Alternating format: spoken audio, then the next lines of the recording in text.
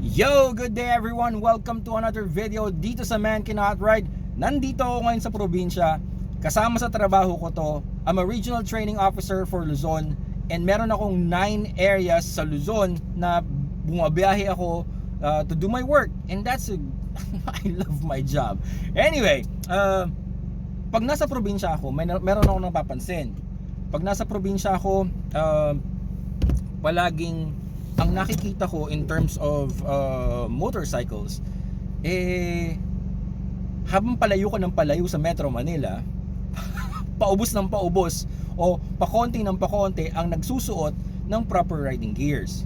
So dito, pag nakakita ka sa probinsya ng mga nagmumotor, kahit saang probinsya pa yan, lalo na yung pag lumiliblib na yung lugar, pag liblib na yung lugar, o pag outskirts na yung lugar, yan, pag malayo na sa kabihasnan, wala na nag-helmet, and obviously walang nagsusuot ng gloves, walang nagsusuot ng riding boots.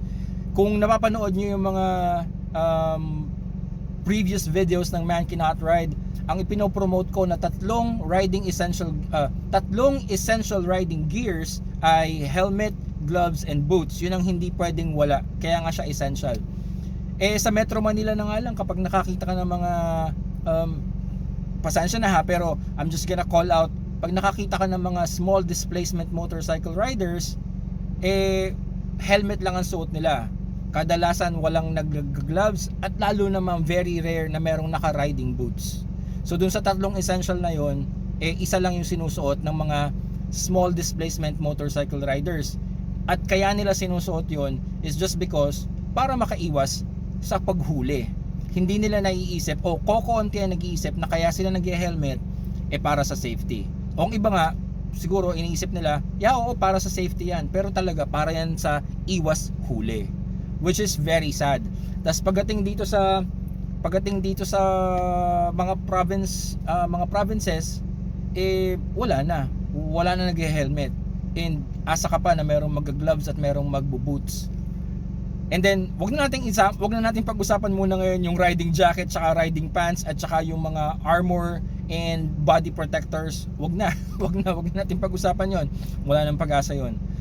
Now, siguro ang gusto ko lang i-share dito sa video na to is bakit ba ako mabusisi sa riding gear.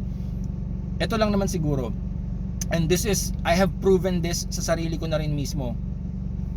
Kapag ang nasa utak ko, kapag ang mindset ko during a ride is kakamotehan, hindi ako nagra-riding gear din.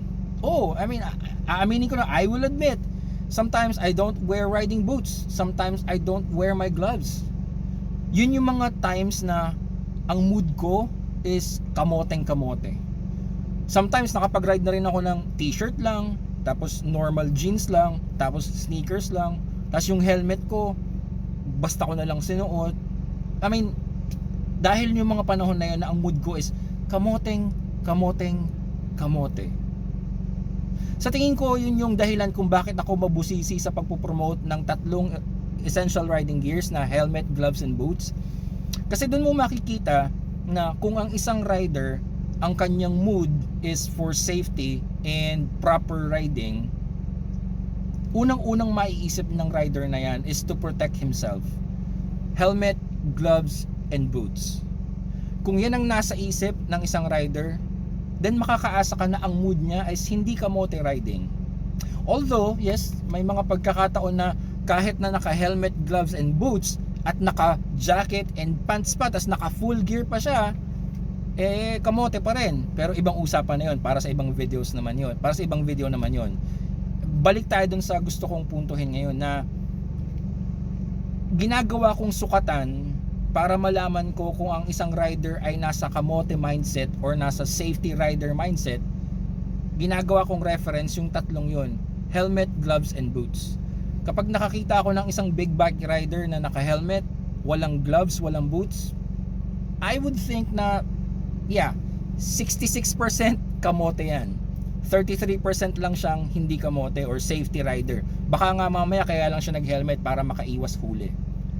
In the case of small displacement motorcycle riders, patawad, pasensya na, I'm not calling you out guys, pero napapansin naman natin yon kadalasan sa mga small displacement motorcycles like let's say mga scooters and underbone, talagang mas marami dyan ang naka-helmet lang talaga. At ang nakakalungkot pa nito, kapag ikaw ay naka-scooter o naka-underbone motorcycle tapos naka-full gear ka, there's a good chance na pagtawanan ka at sasabihin na ikaw ay overdressed or overkill naman yung suot mo. Ano ba yan pre? Ano ba yan madam? Mangangarera ka ba? Racing ka ba? Bakit ka naka full gear naka-scooter ka lang naman na 150 or 125cc or 110? Naka-underbone ka lang naman. Bakit ka naka full gear? Nakakalungkot, no? Kung ano pa yung tama, siya pa yung pinagtatawanan. At kung ano yung mali, siya yung talamak at hindi pinapansin. Anyway, so yun lang, gusto kong i-share sa inyo na ang sukatan ko para pwede kong sabihin na ang isang rider ay hindi kamote is kung siya ay nakasuot yung tatlong essential riding gear: helmet, gloves, and boots. Time check. Okay, 9 minutes na. I have to go to work. Work, earn more money para may pambili ako ng proper riding gears at para meron akong pampondo para makapag-enroll at makapag-aral ng mga proper riding skills. I will see you on the next video dito sa Man Cannot Ride.